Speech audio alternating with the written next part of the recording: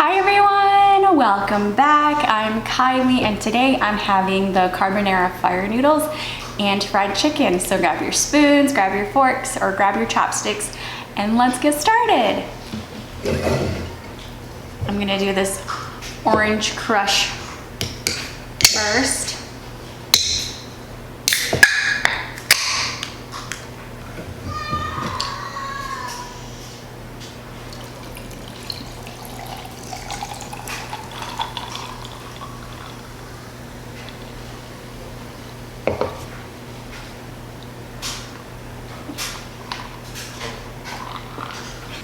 Okay, let's take the first bite.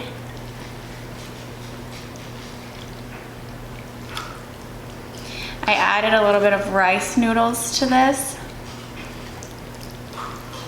because I just wanted some more noodles without having to open another pack.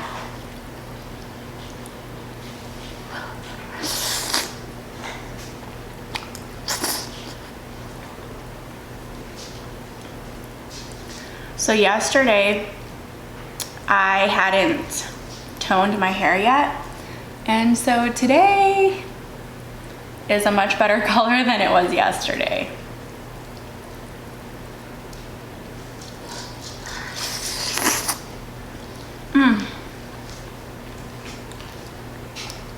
Hi, Goose. Okay, so today I want to talk about my falling out with my friend who I was really good friends with in high school, and she was the one whose mom took us to the Britney Spears concert and always had parties at her house. I took a trip out to see my friend who I hadn't seen since high school. She lived in Phoenix, Arizona at the time, so I flew out there to see her.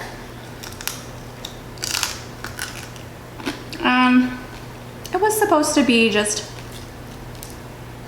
a couple days of fun and hanging out, catching up. And it started out okay, but what I didn't realize is she had just found out that her boyfriend was cheating on her. And so I don't know if that's what set her emotions off, but she was pretty unstable, which I realized after we had started hanging out and drinking. So we hang out by the pool pretty much all day and we're drinking.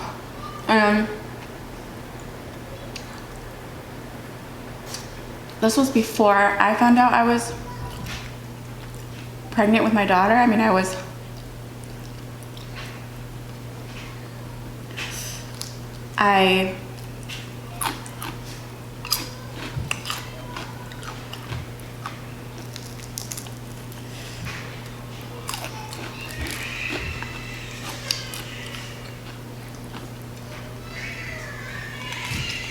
pretty much found out after that trip that I was pregnant, so I didn't know at the time.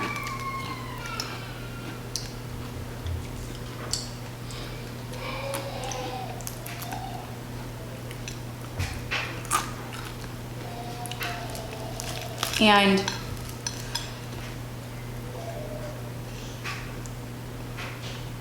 so I hadn't seen my friend since high school, and I finally was able to arrange a trip to go see her about 6 years ago. And I don't know if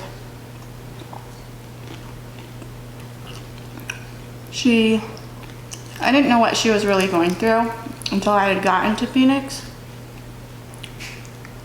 I guess she had just found out her boyfriend was cheating on her, and she was pretty emotionally unstable.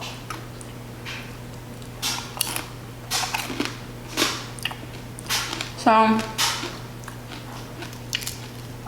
Had I known beforehand, I probably wouldn't have let her, or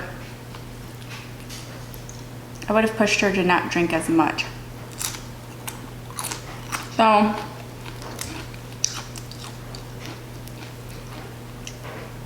at this point,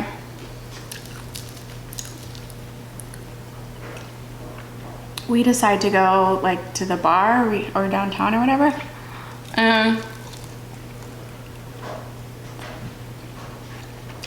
We're having a good time.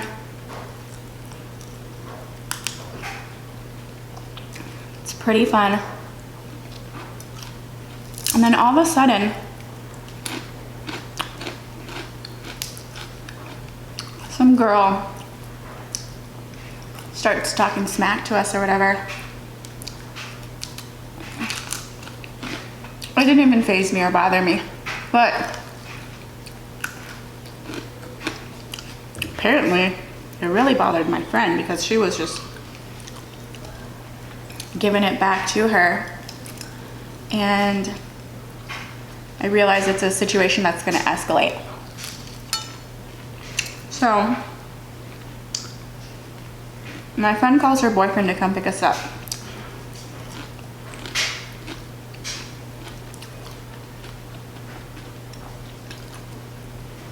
Because we both have been drinking and we weren't ready to drive. So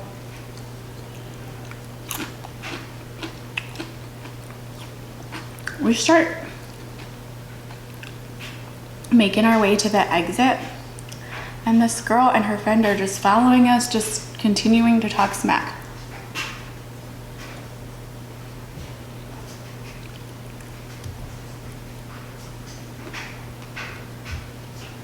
And I think in a normal situation when you haven't been drinking, it would just be so easy to ignore it.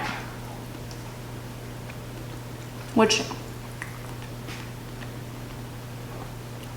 I think I'm pretty good at ignoring people. So I was just ignoring her and just telling my friend, let's go, let's get out of here, let's go find your boyfriend, let's go wait for him somewhere. But she's just talking as much smack back. So we finally get out of there and we turn the corner around the block and head towards a different place so her boyfriend can find us. Well, we're like in the middle of the, not in the middle of the street, but like in a parking lot. Because we're just trying to get to like a different place so he can find us. And it was like between buildings. And I guess these two girls followed us out. And out of nowhere, she just comes up to my friend and they just start talking smack. And then my friend just starts swinging at her. She grabs my friend's hair. They're down, they're punching each other, fighting. The other girl's friend, who was a little bit wider set, comes charging at me, which I'm just keeping my distance because I'm like, I was like 23, 24 at the time, so I'm like,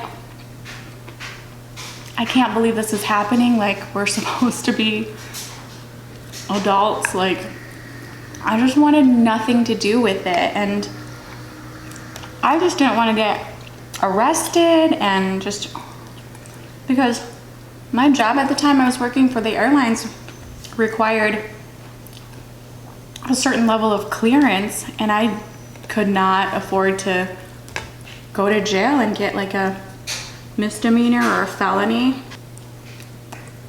So I was just trying to stay out of it, but then her friend starts charging at me, and at this point I have like a wristlet in my hand and my phone is in it, and this girl's like I don't mean any offense by saying this. She was a lot bigger than me, like more than twice as big. And she comes charging at me. My instincts just told me I was not gonna survive this fight. And I needed to just do something to get out of the situation and not take part in it. Well, I was backing up, like I'm not trying to get into this, I'm not trying to fight. And she charges at me, so I take my wristlet and I just swing it at her. And I didn't even mean to hit her in the head, but the wristlet hit her on the side of her head just enough to knock her equilibrium off, because she literally face planted on the concrete and just hit the floor. And I was so shocked. Like I was like, like it was like a David and Goliath moment. I could not believe it. It was scary for me because I just knew that she was gonna kill me. So thank God that it hit her just right to where she was gonna leave me alone. So I don't know how, but like the bouncer from the bar that we were at is out there trying to break up my friend and the other girl who are fighting and deadlocked on him. She's got her hair gripped. And then out of nowhere, my friend's boyfriend comes up and him and the bouncer are trying to break them up. Before anybody gets mad at me, I am much smaller than the average person, so I wasn't gonna be able to do anything. So I just kind of couldn't do anything. Just wanted out of the situation. I wanted to go to the airport right away and just leave because it was just such a bad situation to be in. So at this point, my friend is belligerent. She's angry. She's gotten in a fight. She's been drinking. It's all together bad. She found out her boyfriend was cheating on her. He's the one here picking us up. Okay, so they finally break them up, and we're walking to his car, right? And she's so mad at both of us. I don't know why. At me. I didn't do anything. She's cussing us out, telling her boyfriend that he's been cheating on her with me, which I don't even live there. Like that was the first time I had met her boyfriend. Like, I don't know how that got in her head, but he was telling her, when we got to his car, he was telling her, or she was telling him to leave me. Like, how rude. She was telling him to leave me, and he was like, I'm not gonna leave your friend, like she's not even from here, and I'm not gonna just leave her in the middle of nowhere where she doesn't even know. But she refuses to get in the car with him. So at that point, I'm just ready to, I don't know. Uber really wasn't that big back then, because that was what, like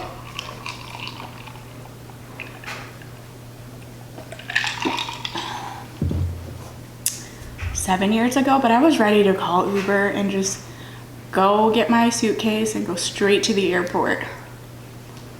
Well, we finally come up with a compromise, and she lets me drive her car. I mean, at that point I'm pretty sober because of what's happened. After the fight, after her accusing me of cheating with her boyfriend and almost making him leave me, at that point I'm really sober. So, and I'm pissed off at her too. Just for being belligerent and dumb. So, it's like 2, 3 o'clock in the morning. We get back to her place, and I tell her, I was supposed to stay there another day or so, another night. But I just couldn't take it anymore. I was like, listen, I'm gonna wait until you sober up and you're gonna take me to the airport first thing in the morning. And she didn't know what was going on, but then I woke her up and in like, I don't know, a few hours after she slept it off, and told her, like, you need to take me to the airport. I'm not trying to be here anymore. I'm really pissed off at you for treating me the way you did and almost making your boyfriend leave me, like, somewhere I didn't even know. She apologized, of course, but I was really pissed at her. And she took me to the airport. We said bye to each other. And I haven't talked to her since. And that was over 6 years ago. It was just a lot. I mean, it was just too much drama for me. And at like 23, 24, that's not what I was trying to do. I wasn't trying to live that life. So sometimes you just gotta cut some people out of your life because they just are toxic. And it's actually a blessing in disguise.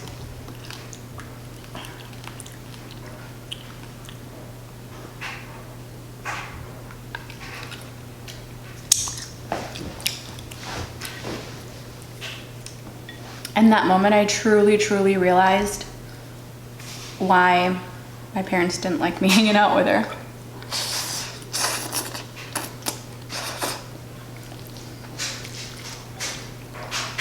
She was just bad news.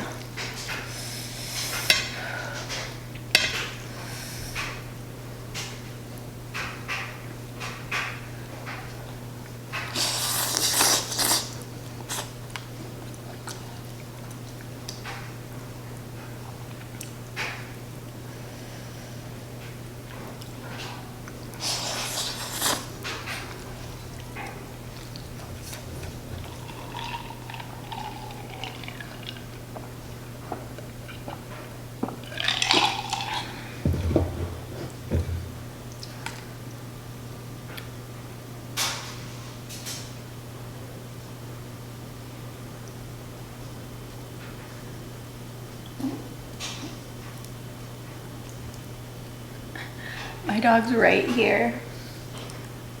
She wants the chicken.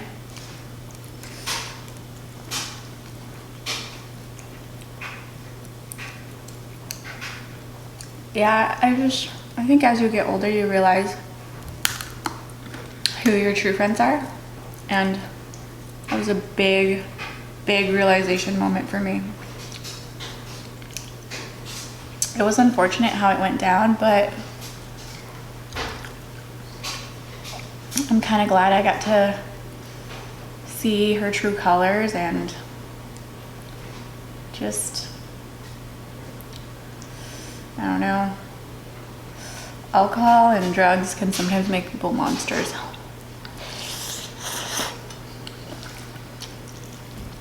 She sent me this like really long text message the next day because I just didn't want to talk to her. She kept calling me, I kept ignoring it. She finally texted me this huge message, really long message, just apologizing, but I mean, I think I've forgiven her, but just because I forgave her doesn't mean that I forgot about it. I just never want to be in that situation again.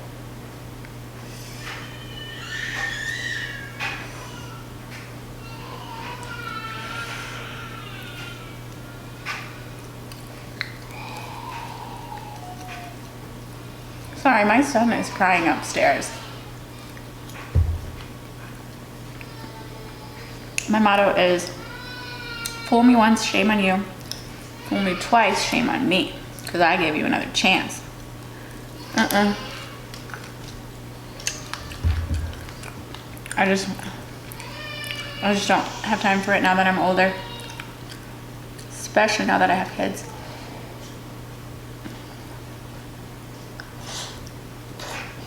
And I blocked her on everything, like all of social media. I blocked her on my phone, everything.